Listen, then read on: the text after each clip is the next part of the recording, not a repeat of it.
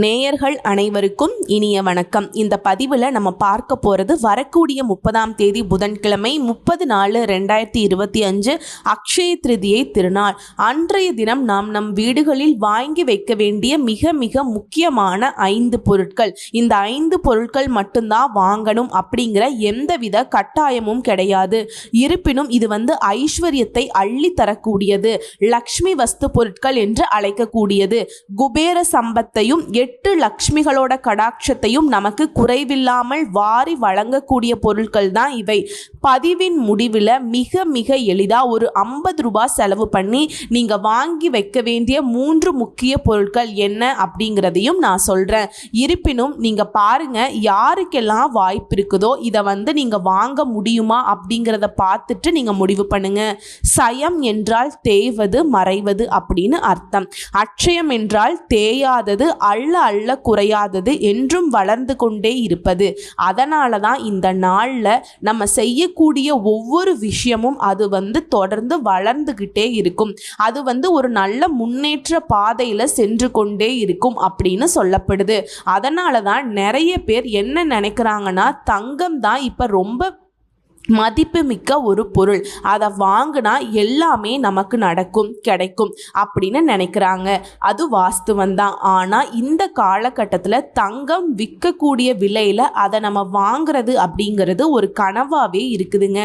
இருப்பினும் நமக்கு லக்ஷ்மி தாயாரோட அருளும் குபேரரோட அருளும் அன்னைக்கு கிடைக்கும் பொழுது அந்த வருஷம் இல்லாவிட்டாலும் அடுத்த வருஷம் தங்கம் மட்டும் இல்லைங்க, நம்ம அதை விட விலையுயர்ந்த பொருட்களை எல்லாம் வாங்கக்கூடிய யோகம் நமக்கு நிச்சயமா கிடைக்கும். இந்த அக்ஷய திருதியை நாள்ல தான் எவ்வளவு நல்ல விஷயங்கள் நடந்திருக்குது தெரியுமா? நம்மளுக்கு இதை வாங்குங்க அப்படின்னு தான் சொல்லி கொடுத்து நம்ம பழக்கப்பட்டிருக்கோம்.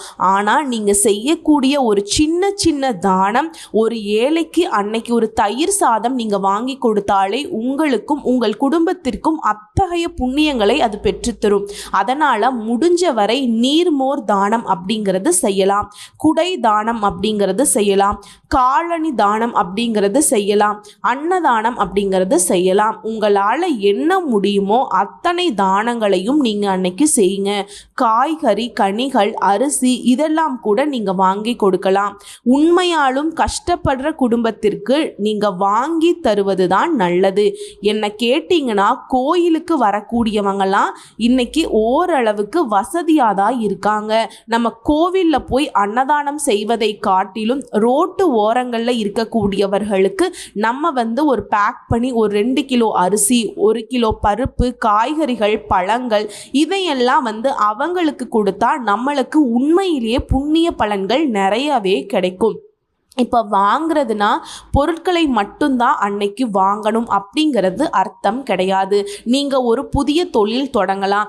இப்போ விவசாயம் செய்கிறீங்க அப்படின்னா நீங்கள் அன்றைய தினம் பயிரிடுறது, அதே போல் அறுவடை செய்வது, களஞ்சியங்களை நிரப்புவது, இந்த மாதிரி ஒரு வெல்த் அண்ட் ப்ராஸ்பரிட்டிக்கான எந்த ஒரு செயலையும் அன்னைக்கு நீங்கள் தாராளமாக செய்யலாங்க.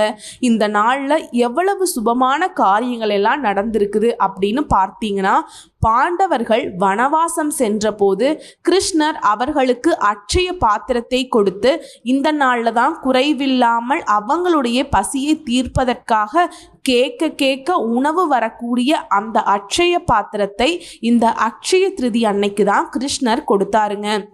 குபேர லக்ஷ்மி தேவியை வழிபட்ட வந்த நாள் இந்த நாள் தான். கங்கை நதி வானத்திலிருந்து பூமிக்கு சேர்ந்தது இந்த நாளில் தான். அன்னபூர்ணி தேவி பிறந்தது இந்த நாளில் தான். ஸோ அரிசி அப்படிங்கிறது அன்றைய தினம் நம்ம மறக்காமல் நம்மளுடைய பூஜை அறையில் வைக்க வேண்டியது அப்படிங்கிறது இது டிஃபால்ட்டுன்னு சொல்லுவாங்க இல்லையா? நீங்கள் அதை பற்றி யோசிக்கவே வேண்டாம். நிச்சயமாக அன்னபூரணிக்கு உகந்த அரிசியை அன்றைய தினம் நீங்கள் உங்கள் பூஜை அறையில் வைக்கணும். சரி, தங்கம் வாங்க முடியாதவர்கள், தங்கம், வெள்ளி அல்லது பித்தளை பொருட்கள் இதெல்லாம் வாங்க முடியாதவர்கள் என்னென்னலாம் அன்றைய தினம் வாங்கலாம் அப்படிங்கிறத இப்போ நம்ம ஒன்றொன்னா பார்த்துடலாங்க. நம்ம வாங்க வேண்டிய முதல் முக்கியமான பொருள் மண்குடம். மண்குடமோ அல்லது மண் சட்டியோ, மண்ணால் செய்யப்பட்ட ஏதாவது ஒரு பொருளை அன்றைய தினம் நம்ம வாங்குறது நல்லது. இந்த காலத்தில் மண் பயன்பாடு, மண் பாத்திரங்கள் பயன்பாடு அப்படிங்கிறது கொஞ்சம் கொஞ்சமாக குறைஞ்சிக்கிட்டு கிடைச்சிக்கிட்டே வருது. இந்த மண் குடங்கள் வந்து மகாலட்சுமி தேவியின் ஒரு அம்சமாக கருதப்படுது. அதனால உங்களுக்கு எப்படி தேவை இருக்குமோ சாஸ்திரத்துக்கு ஒரு சின்ன மண்பானை வாங்கி அதில் நீங்கள் வந்து கல்லுப்பு நிரப்பி அந்த மண்பானையை நல்லா சுத்தம் செஞ்சுடுங்க. மஞ்சள் நல்லா தடவி விட்டு குங்குமத்தை 3 இடமோ 5 இடமோ வச்சுட்டு நீங்கள் நல்லா புதுசாக ஒரு கல்லுப்பு பாக்கெட் வாங்கி அன்னைக்கு அந்த மஞ்சள் சின்ன குடத்தில் பானையில் நிரப்பி தாயார் முன்பு வைங்க. அதுவே வந்து ரொம்ப பார்க்குறதுக்கே ஒரு லக்ஷ்மி கடாட்சமாக இருக்கும். இல்லை ஏற்கனவே உங்ககிட்ட மண் பாத்திரங்கள் இருக்குது அப்படின்னா இப்போ நிறைய டிஃப்ரெண்ட்டாக மூடி போட்டு நிறைய பாத்திரங்கள் இருக்குது. அதில் நீங்கள் ஏதாவது ஒன்று வாங்கி வைங்க. இரண்டாவதாக நீங்கள் வாங்க வேண்டிய அடுத்த முக்கியமான பொருள் அப்படிங்கிறது மகாலட்சுமி தாயாரோட சோழி. அந்த ப்ரௌன் கலரில் இருக்கக்கூடிய சோழியை வாங்குவதை காட்டிலும் மஞ்சள் நிறத்திலேயோ வெள்ளை நிறத்திலேயோ இருக்கும். இந்த சோழிகளை நீங்கள் வாங்கி உங்கள் பூஜை அறையில் வைப்பது அப்படிங்கிறது நல்லது. ஏற்கனவே எங்கள் வீட்டில் நிறைய சோழி இருக்குதுங்க அப்படிங்கிறவங்க இதை நீங்கள் வாங்க வேண்டாம். இல்லாதவங்க நீங்கள் இதை வாங்குறது நல்லது. நிறைய பேர் கேட்கக்கூடிய சந்தேகம், இது வந்து நாங்கள் அன்றைய தினத்தில் தான் வாங்கணுமா அப்படின்னு கேட்டிங்கன்னா, ஆமாங்க, அக்ஷய திருதியோட சிறப்பே அன்றைய தினத்தில் வாங்குறது தான். அதனால் நிறைய பேர் முன்னாடி நாளே நான் வாங்கி வச்சுக்கிட்டு அன்னைக்கு வந்து நாங்கள் பூஜை அறையில் பூஜை செய்யும் போது இதை எடுத்து வைக்கலாமா அப்படின்னு கேட்குறீங்க. இதை நீங்கள் அப்படி செய்யக்கூடாதுங்க. அன்றைய தினம் உங்கள் கையில் இருக்கக்கூடிய காசை கொடுத்துட்டு இப்படிப்பட்ட பொருட்களை வாங்குவது தான் நமக்கு ரொம்ப ரொம்ப நல்லதுங்க. அதனால் இதையும் வாங்குங்க. மூன்றாவது முக்கியமான பொருள் என்ன அப்படின்னு பார்த்தீங்கன்னா சங்குங்க. வலம்புரி சங்கோ அல்லது இடம்புரி சங்கோ, உங்களுடைய வசதி பொருளாதாரம் எப்படி இருக்குதோ அதுக்கு தகுந்த மாதிரி நீங்கள் வாங்கலாம். இந்த சங்கு நம்ம வீட்டில் இருப்பது அப்படிங்கிறது மகாலட்சுமி தாயாரே நம்ம வீட்டில் நித்தியவாசம் செய்கிறதுக்கு சமம்.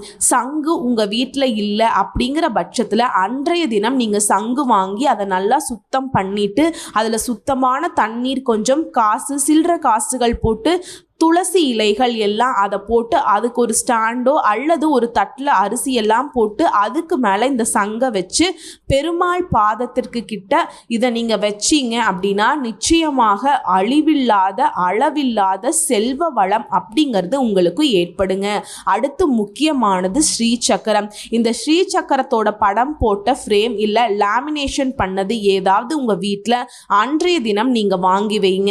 ஏற்கனவே இது எங்கள் வீட்டில் இருக்குது அப்படிங்கிறவங்க வாங்க தேவையில்லை. இல்லாதவங்க இந்த சந்தர்ப்பத்தை பயன்படுத்தி கொள்ளலாம். ஏன்னா இது எந்த வீட்டில் இருக்குதோ அந்த வீட்டில் நல்ல ஒரு அதிர்வலைகள் இது வந்து உருவாக்கும். இப்போ நீங்கள் பிராஸில் 3 டைமென்ஷனில் வாங்கி வச்சிங்கன்னா தான் அதற்கு ஒரு நல்ல பூஜை புனஸ்காரங்கள் எல்லாம் செய்யணும். ஆனால் எந்திர தகடு இது மாதிரியெல்லாம் வாங்கி மாட்டி வச்சிட்டோம்னா அதுக்கு நம்ம மஞ்சள் குங்குமம் மட்டும் வச்சுட்டு பூ வச்சுட்டு நம்ம அதை தூபம் காட்டி வழிபாடு செய்தாலே ஒரு நல்ல நிலையான செல்வ வளம், லக்ஷ்மி கடாட்சம் அப்படிங்கிறது ஏற்படுங்க. இப்போ நம்ம பார்க்கக்கூடிய பொருள் வந்து ரொம்ப ரொம்ப முக்கியங்க. பச்சரிசியை தான் நான் சொல்கிறேன். நம்ம சாப்பிட்டு நல்லா இருந்தால் தான் மற்ற பொருட்களை எல்லாம் வாங்கி போட்டு நம்ம அழகு பார்க்க முடியும். அந்த வசதிகளை எல்லாம் நம்ம அனுபவிக்க முடியும். அதனால உணவு தானியங்களுக்கு என்றுமே குறைவில்லாமல் இருக்கணும். அப்படிங்கிறதுக்காக நம்ம பச்சரிசி அவசியம் வாங்கி நம்ம பூஜை அறையில் வைக்கணும். என்கிட்ட ஏற்கனவே அவ்வளவு பச்சரிசி இருக்குதுங்க அப்படின்னு சொன்னா கூட பரவாயில்ல, சாஸ்திரத்துக்கு ஒரு 1/2 கிலோ அல்லது ஒரு 1 கிலோ வாங்கி நீங்கள் பூஜை அறையில் வச்சுட்டு அதுக்கப்புறம் நீங்கள் பயன்படுத்தி பாருங்க. குறைவில்லாத அந்த தானியங்கள் நம்ம வீட்டில் வந்து பெருகிக்கிட்டே இருக்குங்க. இதை வந்து நீங்கள் தினமும் செய்யலாம். கொஞ்சம் கொஞ்சம் பச்சரிசி எடுத்து பூஜை அறையில் வச்சு வழிபாடு செய்யலாங்க. நீங்கள் வந்து தானமும் கொடுக்கலாம். இந்த பச்சரிசியை அன்னைக்கு நீங்கள் இதை வாங்கியும் வைக்கலாம். உங்கள் வீட்டில் வேலை செய்கிறாங்கல்ல அவங்களுக்கு ஜஸ்ட் ஒரு 1 கிலோ அரிசி அன்னைக்கு கொடுங்க. அது வந்து கோடி புண்ணியம் உங்களுக்கு தருங்க. என்னங்க நீங்கள் எங்ககிட்ட ஏற்கனவே இருக்கிற பொருளை சொல்கிறீங்க அப்படின்னு சில பேர் யோசிக்கலாம். இன்னும் சில பேர் இதெல்லாம் எங்களால் வாங்க முடியாதுங்க, வேறு ஏதாவது சிம்பிளாக சொல்லுங்க அப்படின்னு கூட யோசிக்கலாம். வெறும் 50 ரூபா போதுங்க. ஒரே ஒரு கல்லுப்பு பாக்கெட் வாங்குங்க, அது 25 ரூபா வரும். அதுக்கப்புறம் மஞ்சள் குங்குமம் பாக்கெட் இருக்குது இல்லையா, ஒரே ஒரு பாக்கெட்டில் கொஞ்சம் மஞ்சள் கொஞ்சம் கொஞ்சம் குங்குமம் இருக்கும். அல்லது சின்ன பாக்ஸில் அதை கூட நீங்கள் வாங்கிக்கலாம். அது வந்து 10 ரூபாயிலிருந்து ஒரு 15 ரூபா வரும். ஒரே ஒரு முழம் மல்லிகைப்பூ, வாசனையான மல்லிகை பூவை அன்றைய தினம் வாங்குங்க. இந்த 3 பொருள் மட்டும் நீங்கள் வாங்கி உங்கள் பூஜை அறையில் வச்சுட்டு நீங்கள் வழிபாடு செய்யலாங்க. விளக்கேற்றலாம். அகர்பத்தி எல்லாம் வச்சுட்டு வெற்றிலை பாக்கு பழம் 1 டம்ளர் பால் மட்டும் வச்சுட்டு நீங்கள் லக்ஷ்மி தாயாரை வழிபாடு செய்யுங்க. நிச்சயமாக உங்களுக்கு பூரணமான அருள் கிடைக்கும். இந்த பதிவு பிடிச்சிருந்ததுன்னா கட்டாயமாக லைக் பண்ணுங்கள், ஷேர் பண்ணுங்கள், நம்ம சேனலை சப்ஸ்கிரைப் பண்ணிக்கோங்க. வாழ்த்துக்கள். நன்றி, வணக்கம்.